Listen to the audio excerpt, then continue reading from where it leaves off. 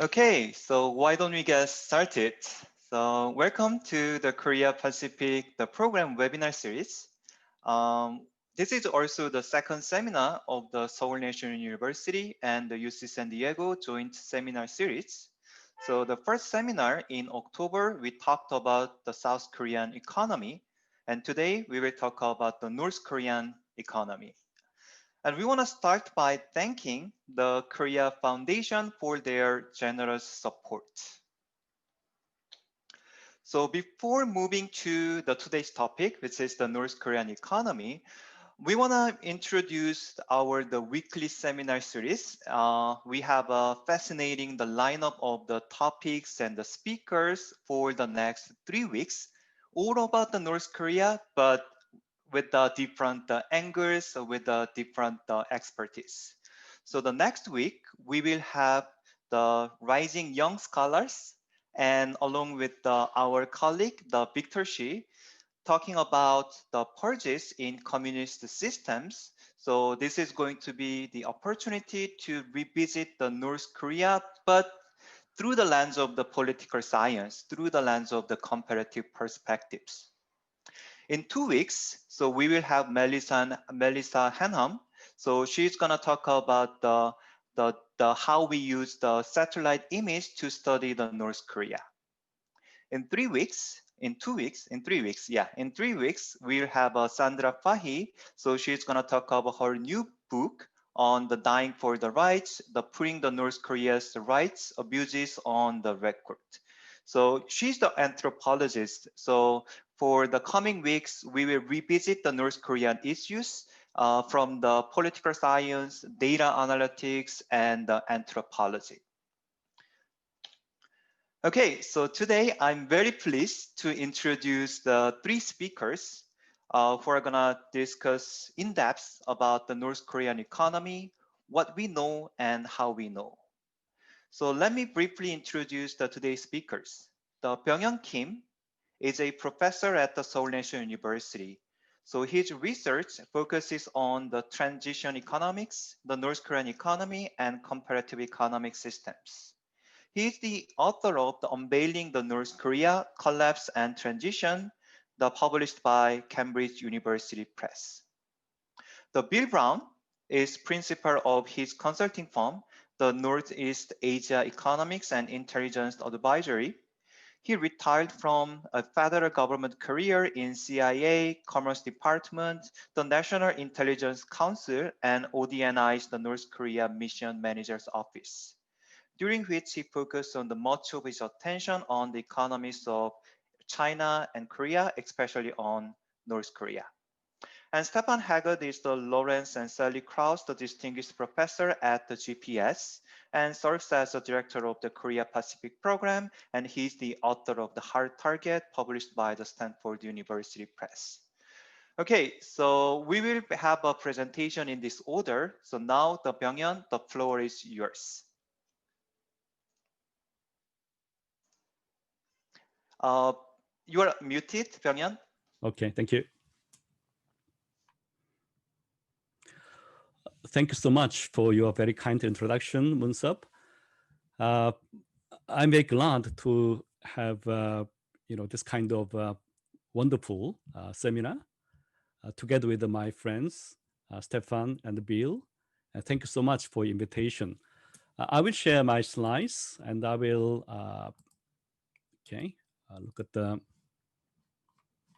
my slides.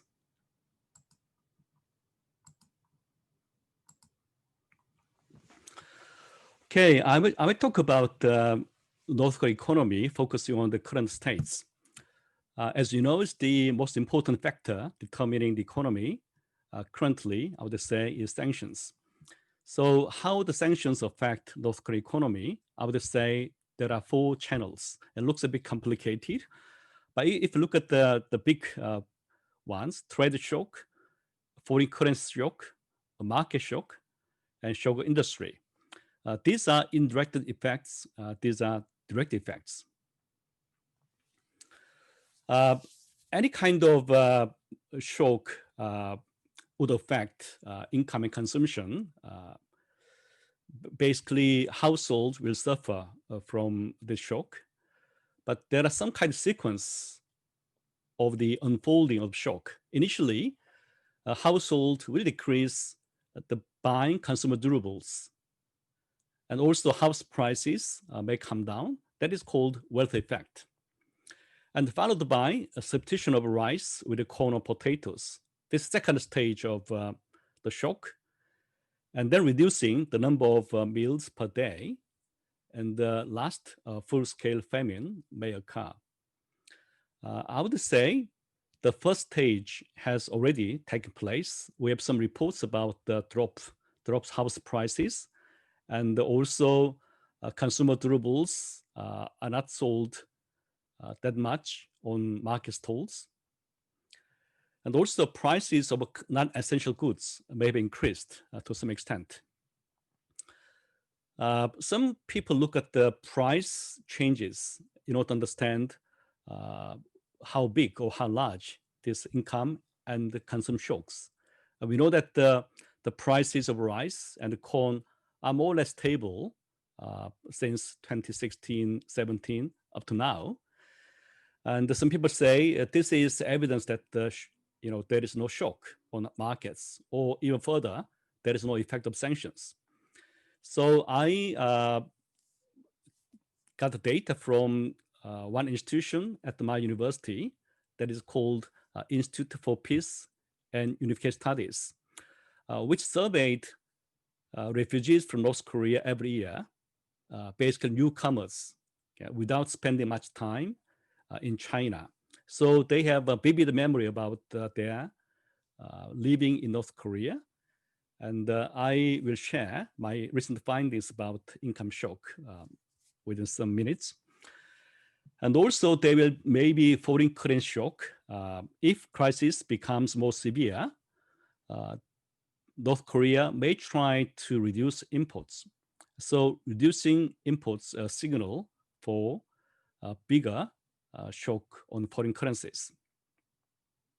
If all the foreign currencies are drained, then they're not able to import very essential commodities such as fertilizers, petroleum, grain, and luxury goods for royal family. And then operational crisis of state institutions and firms. You know that many, perhaps most of the state institutions and the firms in North Korea have to rely on their own resources to survive. And so if they suffer from the shortage of their revenues, then they have to try to extort money from the public. Otherwise, in the case of firm, capacity utilization rate will decline further. Of course, North Korea will attempt to mitigate the shocks in various ways. As regards market shocks, well, they may try to get substantial aid from the outside, especially from China. Therefore, I don't think a severe food crisis will occur in North Korea, given help from China. So, big famine will not occur in North Korea. It's quite unlikely, given the circumstances. And so I expect if shocks occur, a foreign currency shock will occur at first. A market shock can be mitigated by the help of China. Therefore, foreign currency shock may be more important if people watch what kind of shock may occur first. I would say that is likely to be foreign currency shock. But there are four major loopholes: money from cyber hacking, income from Chinese tourists, North Korean dispatched workers with disguised status in Russia and China, and sale of fishing rights on North Korean waters. This would be the major loopholes in order to prevent foreign currency shock from occurring. Otherwise, foreign currency reserves would be highly likely to decrease fast, given the balance of payments deficit. It is possible that they run out between the end of 2021 and that of 2024. That depends upon the estimates of foreign currency reserves.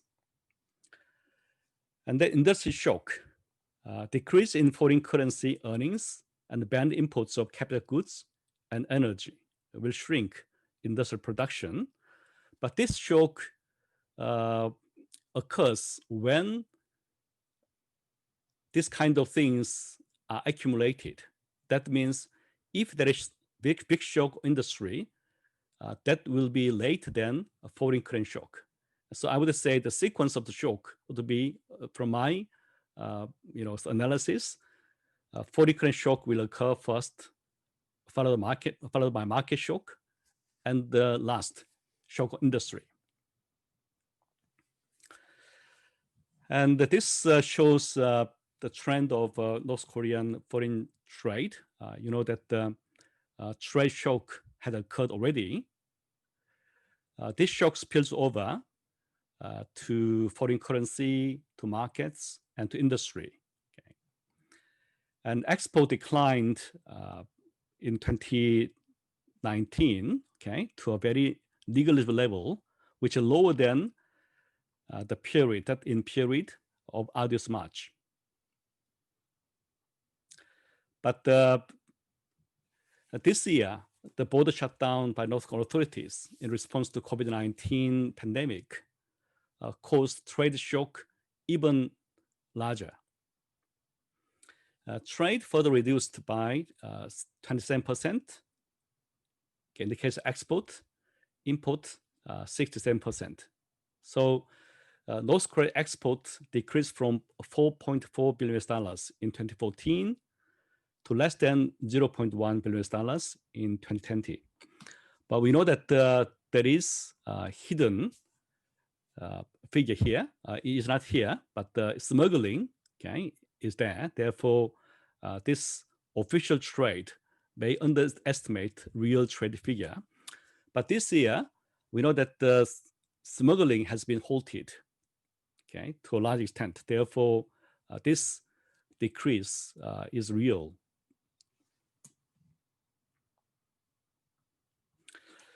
If sanctions are intact, all the classes in North Korea may be hit hard. Okay, the leaders and elites, mid-ranking officials, and households all together, because the elites got a lot of money from foreign trade and foreign currency earning activities, and households rely on market activities, and mid-ranking officials get the money bribed from households and indirect involving in market activities and trade.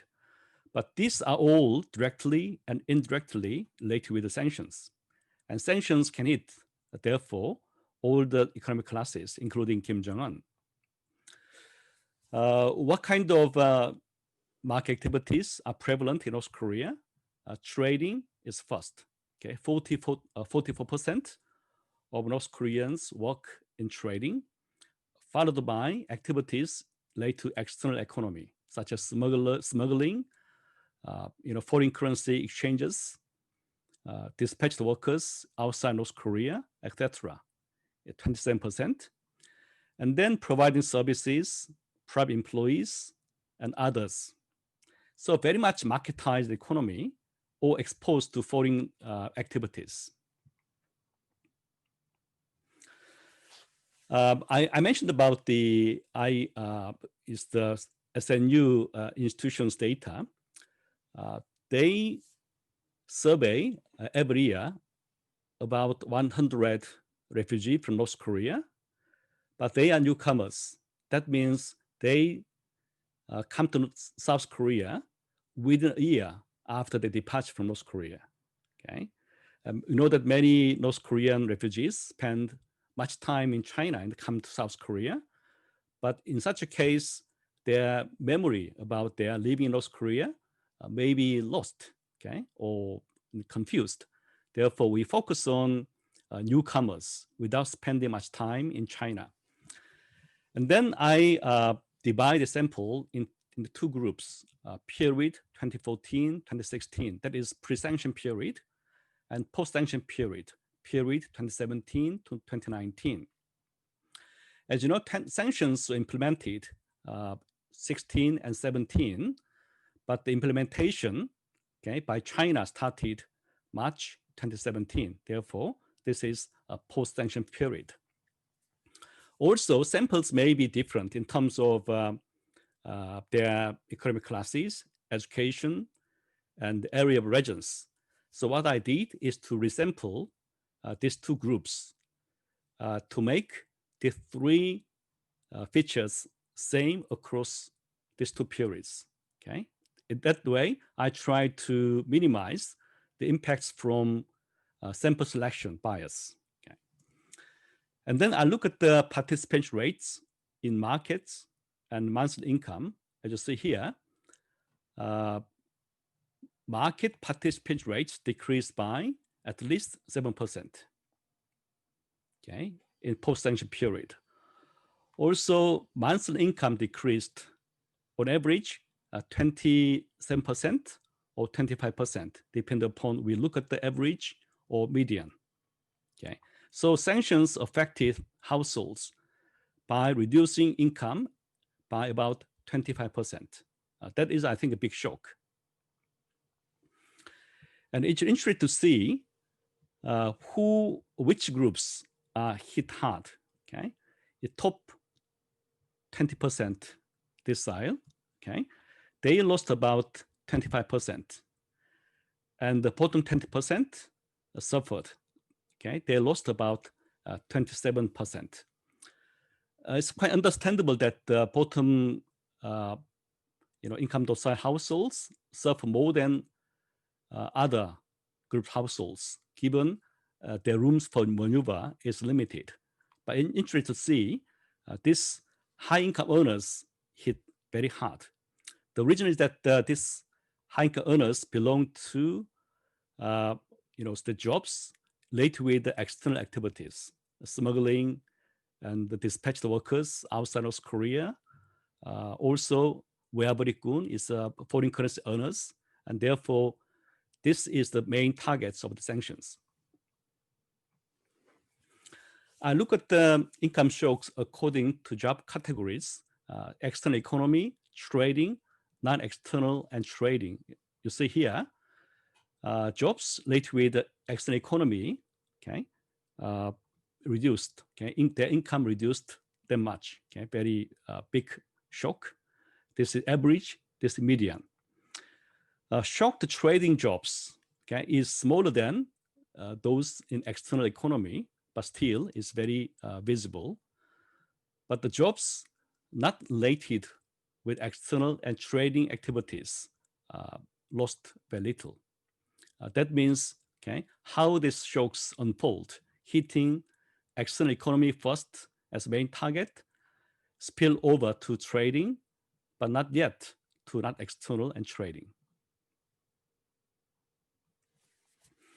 As regards currency crisis, South Korean economists estimate North Korea's foreign currency reserves range from $2.5 billion and to $8.5 billion. This big range suggests is very difficult to accurate estimate the foreign currency reserves. And these two are independent estimates. Therefore, it does not make sense if you look at this sequence, okay? What will happen? Well, as you know, the balance payments deficit, annual deficit, would be about $1 billion per year. Why? Trade deficit is about $0.3 billion per year. But I guess about 50% of this deficit is compensated by other means. I mentioned 4 major loopholes. These loopholes bring big money into North Korea. Therefore, trade deficit may decline, okay, by using this kind of means.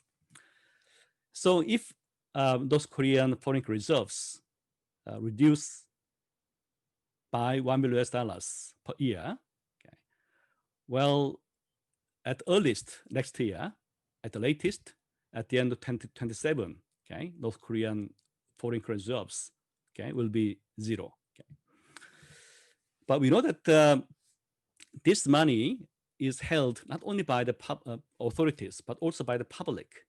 And this money is held outside North Korea. Therefore, the time of this total drainage of the local currency may occur earlier than 2027.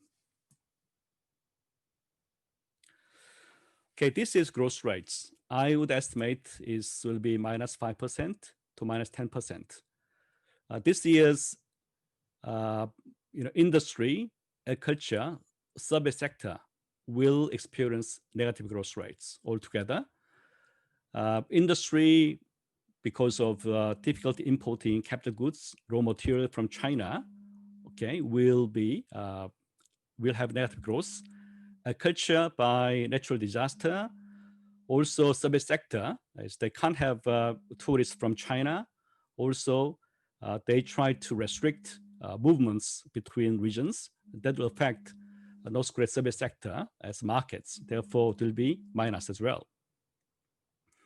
So if North Korea economy will decline by 10% this year, from 2017 to 2020, altogether, GDP will decline by about 20%.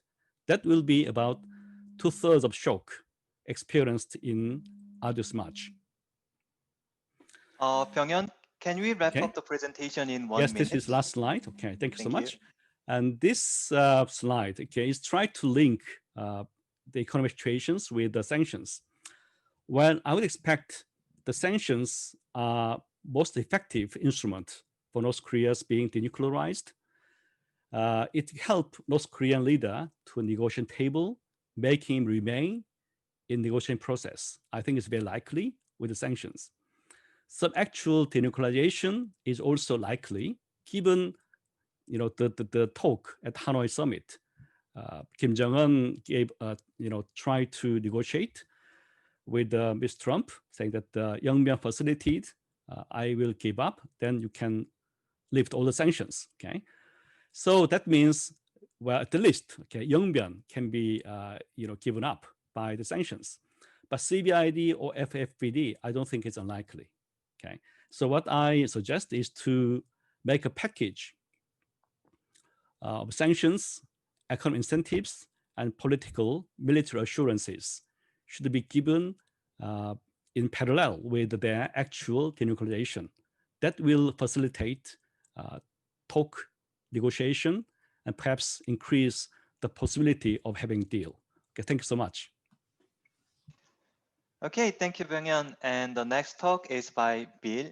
So Byung-Yeon, could you stop sharing the screen? Okay, thank you, everybody, and thanks for this great chance to talk to you all. I just want to say one of my great adventures with North Korea occurred at UC San Diego maybe about 12, 15 years ago. It's the only time I've really been able to speak for a long time, 3 days with North Korean officials. And it was a wonderful occasion. Most of us don't get to talk to North Koreans very often. And I must say, I've never been to North Korea other than Kumgangsan. So we're sort of looking at it from afar. It's kind of a dangerous activity in a lot of ways. But in other ways, it's easy because none of y'all have either, right? So it's kind of easy for us to answer questions and think that we know a whole lot, but in truth, we don't know that much. Now, Byung-Yeon knows a lot, and he did a great job there, and I really love his book. I use it in my class. I like it mostly, though, because he talks about the command economy, the old North Korean economy that I'm arguing is still around. Part of it is still around, and that's a large part of their problem. I have some slides here. Let me try to, I'm not going to go through all of them. Byung-Yeon has covered a lot of it, and Steph is going to cover a good bit of it later about the trade issues. So let me just sort of highlight key things that I think we know about North Korean economy and things that we kind of suspect or speculate about. Remember in about 6 or 7 main points here, let me just go over them. Just 2 or 3 years ago, 2017, 18, Kim, it was all about positive things. He was really raising expectations to his own public about not having to tighten your belt buckle anymore, and how the Nuclear stuff was kind of finished, and now they would focus on economic prosperity. That was just in 2017. Now, just October, just last month, he gave another big speech, and he's kind of talking about failure. I mean, he's almost in tears. A lot of people say he was just faking it. I don't know. I watched it carefully, and I'm sympathetic to the guy. I mean, I think he was being pretty sincere. He thinks his economic part has kind of been a failure, and he apologizes. So what's going on? You know, something really important. Now, another point I like to make is we all know North Korea is one of the poorest countries in the world, but I like to point out it's not because they don't have the resources. To me, it seems to me they have a lot of resources, natural resources, physical resources, even capital resources. They've got a lot of it, but they just use it incredibly poorly. And that means weak productivity. Weak productivity to me comes from this incomplete transformation from a planned economy to a market economy. It's kind of right stuck in the middle. And Kim's book does a great job of talking about that. Thirdly, the UN sanctions, nuclear sanctions, I think are having a huge impact on the economy. External trade now is just about zero. Fourthly, this is what I want to focus on.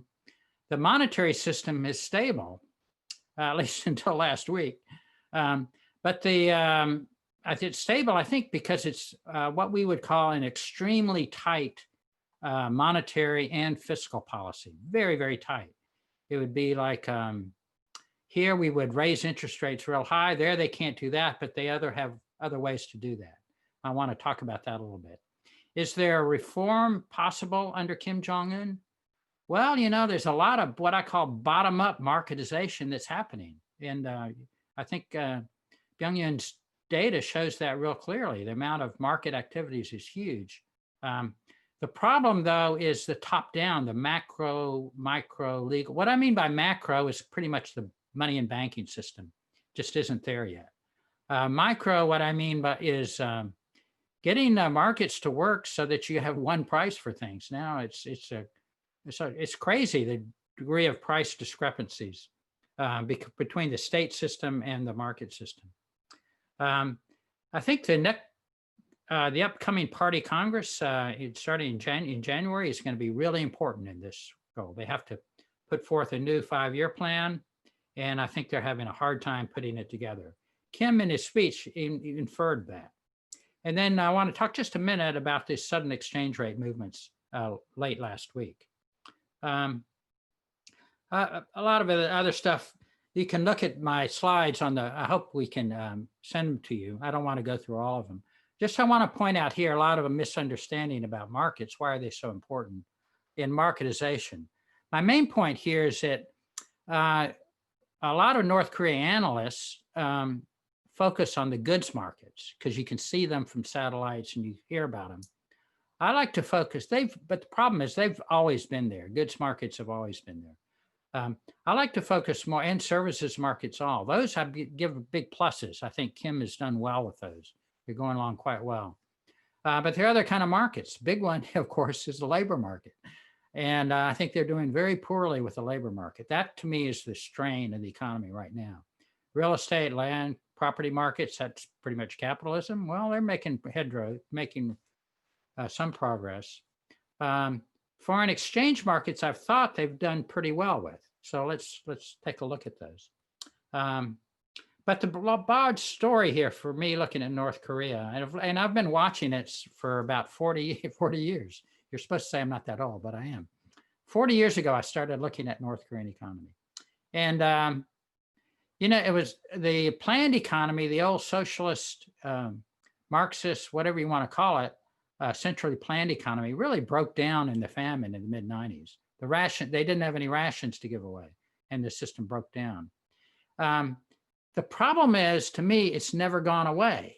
Everywhere else in the world, all the Eastern European countries, Soviet Union, it went away. You don't have that planned economy. Even Cuba doesn't have it. In North Korea, it's hard to say they have it because it's so broken down, but it's still, pieces of it are still there, and they're really important, especially in the labor market. But now they have this dysfunctional hybrid thing between command and market, and believe me, they don't work well together. How have they survived? I think it's through foreign support, external support. Chinese certainly, but also our government has supported them incredibly in the 1990s, 2000s. South Korea supported them. A lot of countries have supported them. All kind of thinking we're helping famine, helping prevent them from famine, which of course we want to prevent famine. But I think a lot of questioning has to go into how do we support. Now that support is gone for the last 2 or 3 years, and in some ways they're doing better because of it. Now they've transitioned during this period from a rationed or no money kind of economy under Kim Il-sung to a hyperinflation kind of economy under Kim Jong-il, to now a partially dollarized economy under Kim Jong-un. Very, very different kind of economies if you think about it, from rations to dollarized. That's in what, 2 generations, I guess. Now, though, there's some big positives. People can have financial assets. They can have US dollars and RMB, renminbi in their pockets. That means they have a little bit of capital, which they didn't have before. And it works well against a totalitarian police state. But rations are still there, fixed wages still exist. But this real money does circulate. And the circulating money is big trouble for the plan and for the state budget. There are 2 prices for everything in North Korea. And so, you think, why doesn't arbitrage bring them together? I think Steph is going to talk about trade a good bit. I just want to point out here the dominance of China, but going back in the past, it wasn't that near so dominant. This is, and they go back 10 years before that. And even before that, you had Soviet Union. Japan has been a huge trade partner of North Korea, as has Europe, Western Europe even. The only country never to really trade with North Korea is the US, right? We didn't then, we don't now. But now it's totally dominated by China. So if you look at China trade, that's all kind of what I look at. You see this growth during the early years of the sanctions, where I was thinking sanctions weren't working at all, because here it was pushing trade into China, and trade with China was booming. But then when China signed on 2017, their Chinese imports from North Korea fell to almost nothing. The key thing, though, was their North Korean imports from China fell, but not near as much. So with that drop in exports, how do they keep their exchange rate steady? That's been a big question for all of us. If you look at the left side of the curve, up here is the strength of a dollar. So down is the yuan. So the dollar against the yuan was rising really rapidly Kim Jong-il days. It was just crazy, 1,000% inflation. But Kim Jong-un really nailed it. Look at that, how soon after he came into power, he was able to flatten that inflation, flatten that devaluation, and pretty much fix, I used to call it a pegged yuan against the dollar. And it's been that way pretty steadily his whole term of office. And I think that's a big success story for him. Now, what's happened, though, in the last year, it's getting tricky, really tricky. This is that same data. It just goes out another up through September, up through yesterday, last month. And you see again the drop in the drop here in North Korean imports, mostly machinery, and exports, North Korean exports to China, and not so much drop in their imports from China until this year, and then whoomp, they collapsed. People say it's COVID. Yeah, probably, but I've always been kind of perplexed why North Korea bought on so quickly and so easily to the shutdown of the border when that border is so important to them. There's another idea here. I'm not saying it's true. It's probably a combination of things. So here's the deficit, goods deficit trade with China, sorry. This is China's perspective. It's Chinese data.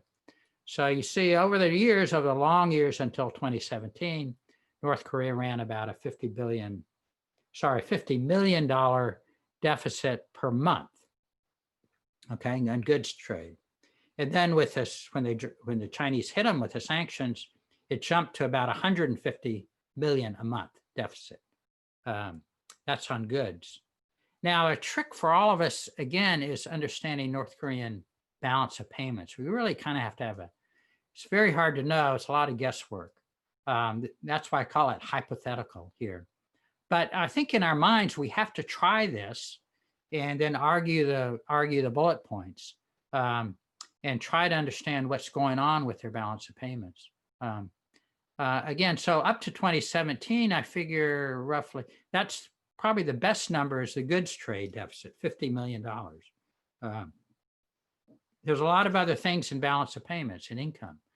And I sort of guess that, not just guess, it's kind of an educated guess, that all the other items, which include services trade, that's mostly tourism, transfer payments, that's mostly overseas workers, income, which is nothing, FDI, which is a small amount, that might be Chinese Koreans buying apartments in Pyongyang, which I think might be significant, flow of income to North Korea.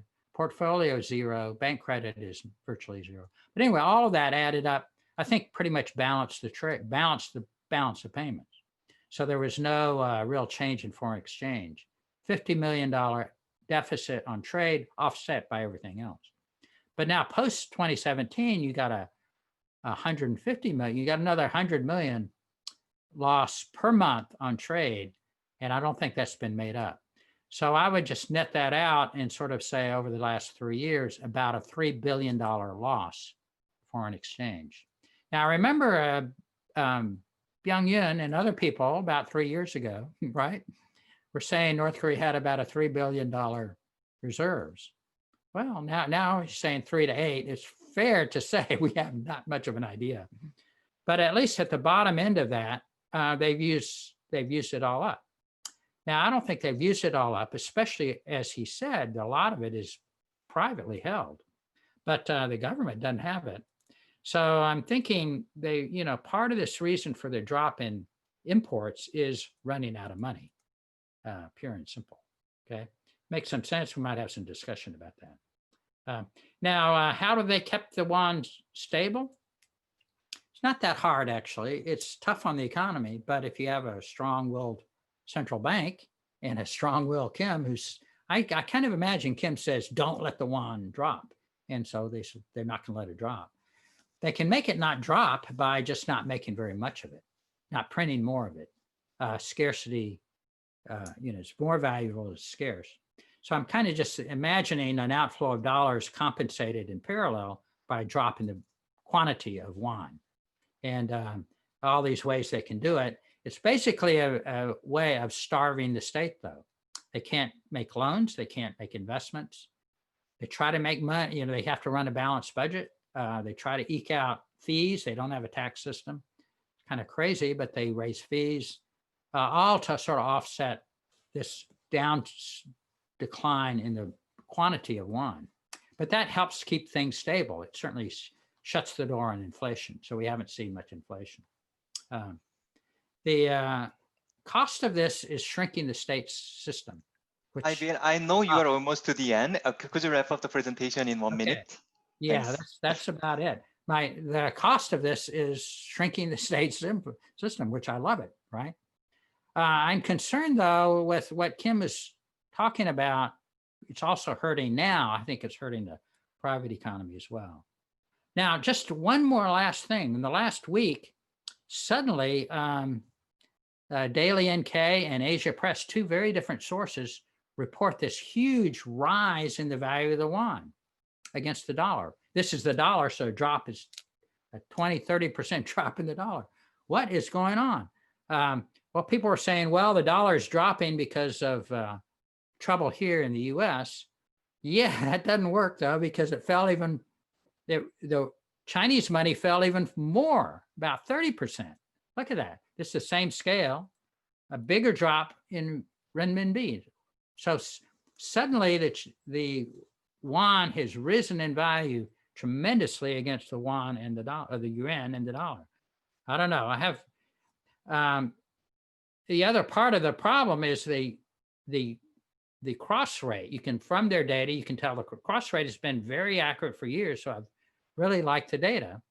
Now suddenly the cross rate, man, you could make a lot of money. The Chinese could go into North Korea and make a lot of money on the exchange rate. So something is really wacky. I don't know. And we can speculate. Maybe later we can speculate on what's going on.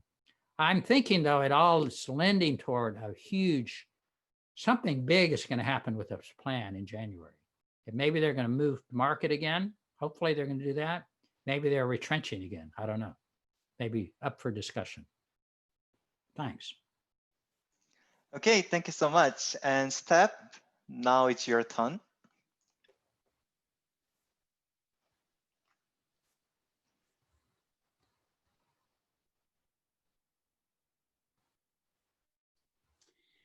Yeah, so, these are just been terrific presentations. And, rather than go over the same ground, let me just try to answer some of the questions that have come up in the chat and the Q&A, because they center on sanctions. So I'm going to look at the same storyline here, but I'm going to look at it more through a little bit more of a political lens. And those of you who have taken my classes, either on Korean security or on the international relations of the Asia Pacific, have probably seen this figure here that you're seeing now on the North Korea's trade shares. And the main point here is that as each of these countries experienced political difficulties with North Korea, Japan, you see it with the rest of the world, declining confidence in trade with North Korea, and ultimately you see here the rise and fall of the sunshine policy in South Korea as well. And with Russia and the United States actually playing a surprisingly small role in trade. I mean, surprising in particular for the Russia case. The big fact is that North Korea's dependence on China has just grown incredibly. Now, there are lots of ways that we could discuss this dependence and what it means. But the main point I want to make is that China really is the key lever here. What China chooses to do, and we've been talking about what it appears to be willing to do. But the only thing the United States can do politically with respect to this, trying to use this China leverage, is either to secure Chinese cooperation through the UN Security Council, which it's managed to do in the course of 2017, 2018, or to actually impose secondary sanctions on China and Chinese entities in order to get them to reduce their exposure to North Korea.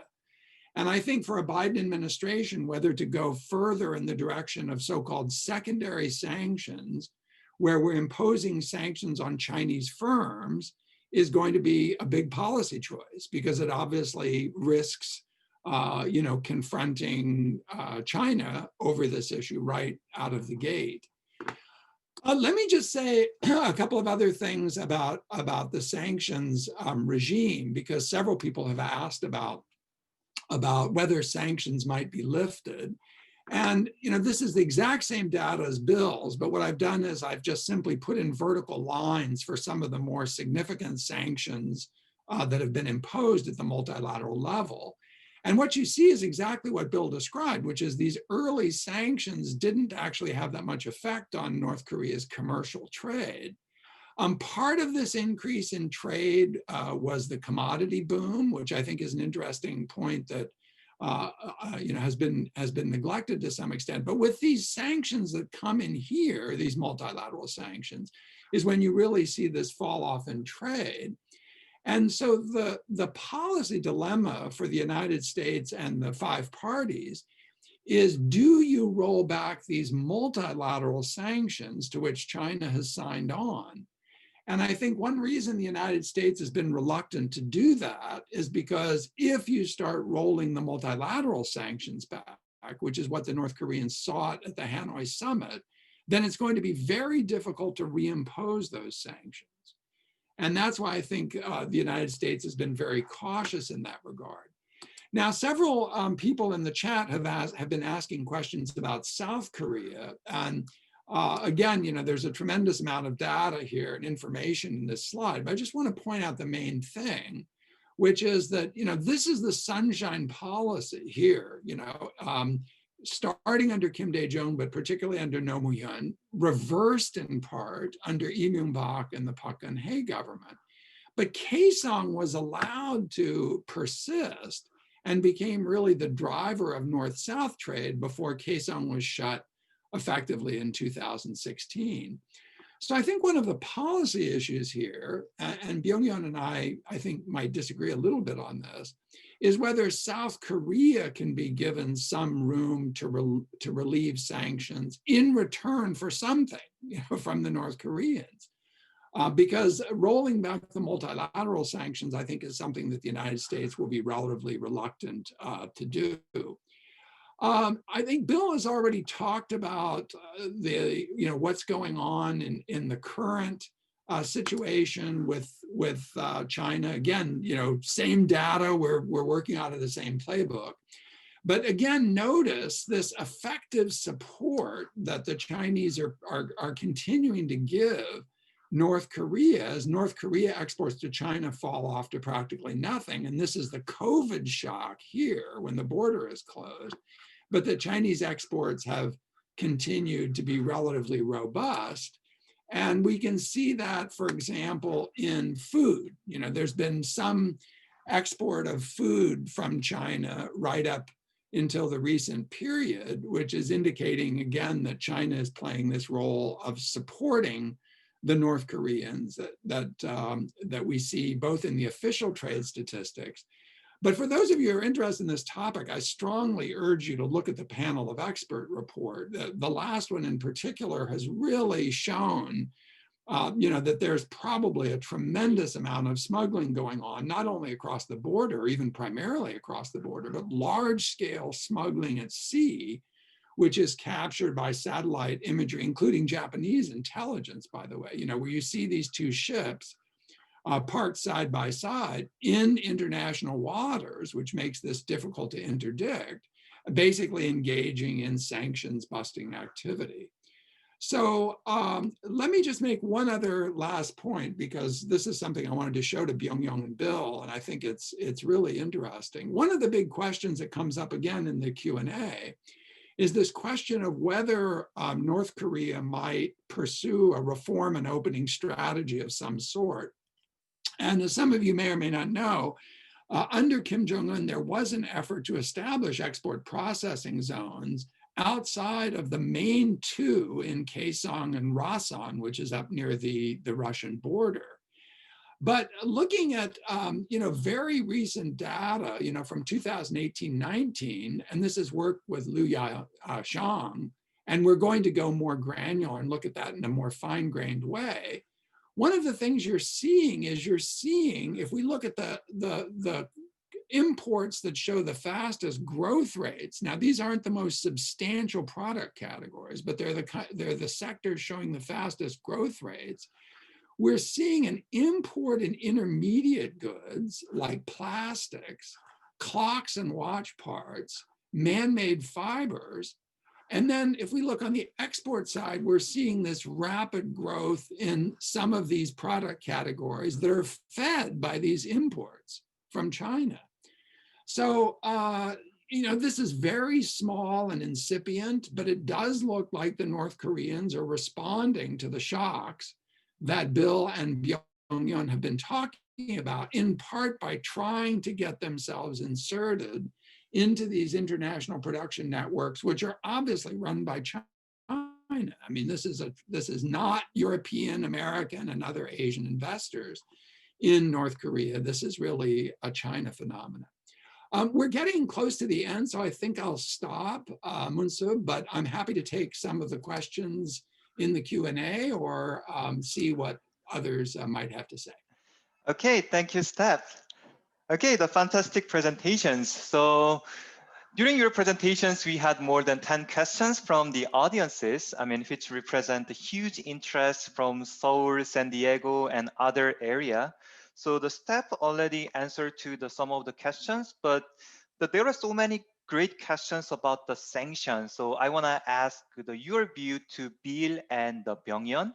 So some common repeated questions were whether the sanction has been effective, and if there will be any different moves from the new Biden administration. So Bill, why don't you answer first briefly, and then I will also ask the Byung-Yeon's view after that. Yeah, as I was saying, I thought the sanctions were kind of useless until 2017. And as you know, as we can see, when China jumped on, things start happening. And so it's so terribly important that China remain with us on it, on the same page. I'm frankly a little surprised they have, but I think they have. You see this smuggling going on.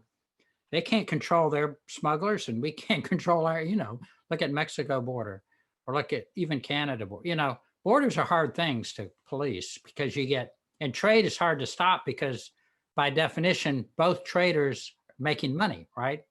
Win-win. So it's hard to stop them. And even that, I don't think the sanctions have to be airtight. We don't want to starve North Korea. It doesn't matter to me that they get a little bit of oil and even make a little money. The issue to me is putting pressure on the regime without too much hurting the people. And I think we're all kind of in agreement with that. So far, obviously, they haven't worked in terms of denuclearizing. But, there hasn't been a nuclear test in, 3 years now, and no big ballistic missile shots. I think it's weighing on them. I think it's gradually going to work.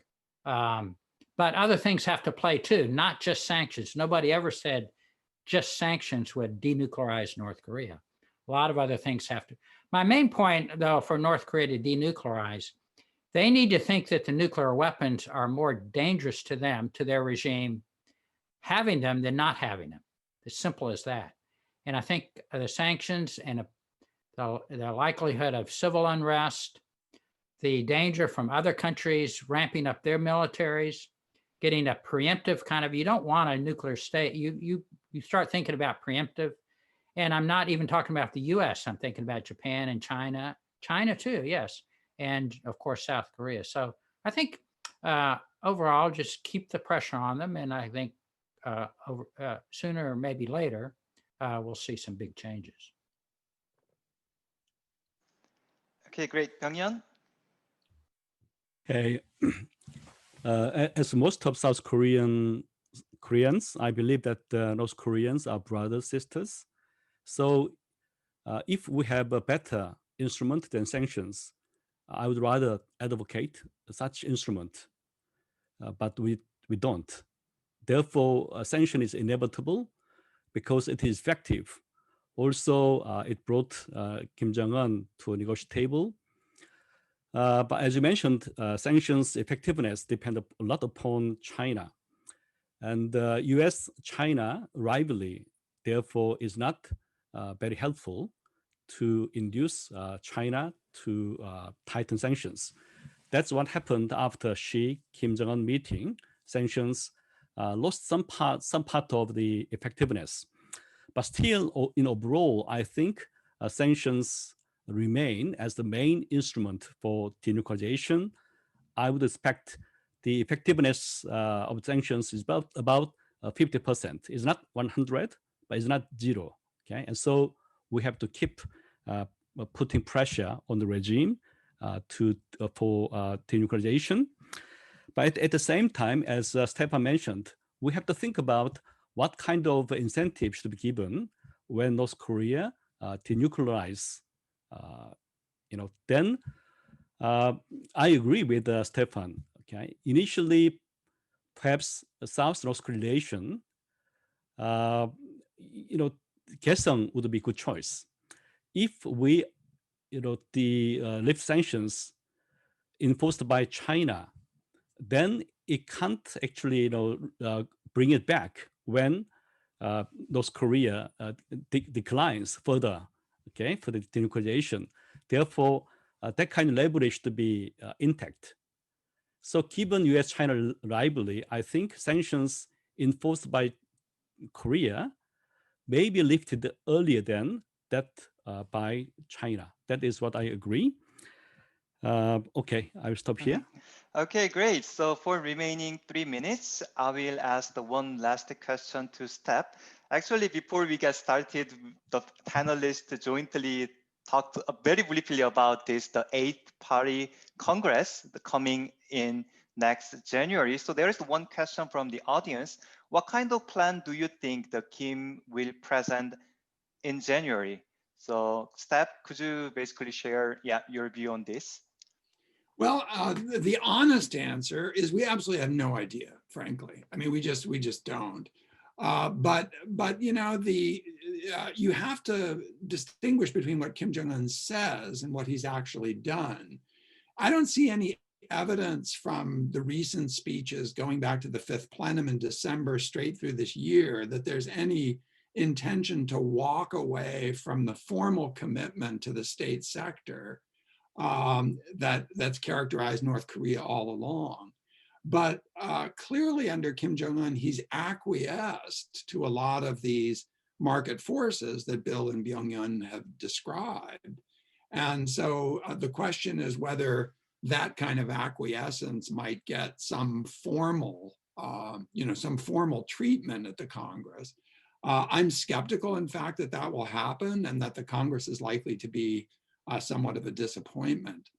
Let me close though, and maybe we do have time for one more round of comment on this, because the sanctions issue is related to the question of how North Korea thinks about its future, quite obviously.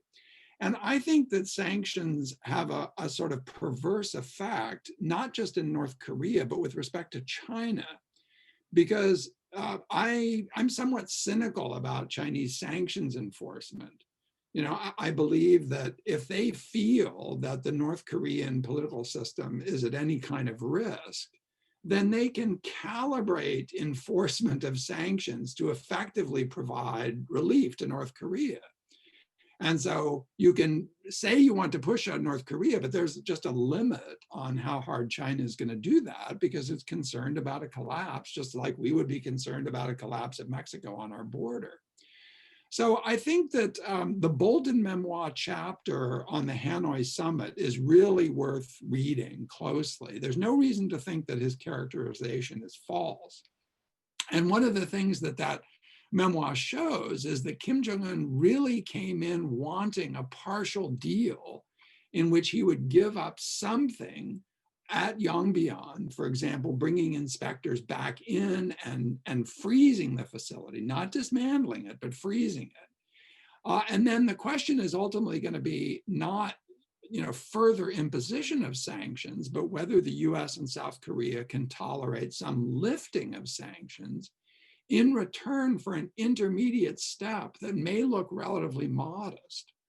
And that's going to be, a challenge for the Biden administration, because every time anyone makes concessions in the US to the North Koreans, if it's a Republican president, the Democrats criticize it. If it's a Democratic president, the Republicans criticize it.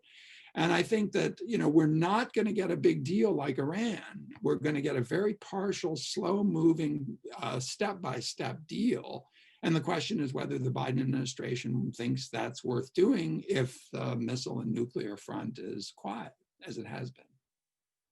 Okay, that was great, the closing remark. So we are already 5. So thank you all for joining us today. And I hope you could join again in the next few weeks. We have other seminars on the North Korea, but looking at the political science, anthropology, data analytics, and so on. Okay, thank you so much. Bye-bye. Bye, everyone. Good seeing you all. And thanks to Byung-Yeon and Bill for joining us. We really appreciate it. We really appreciate it. Thank you. So long.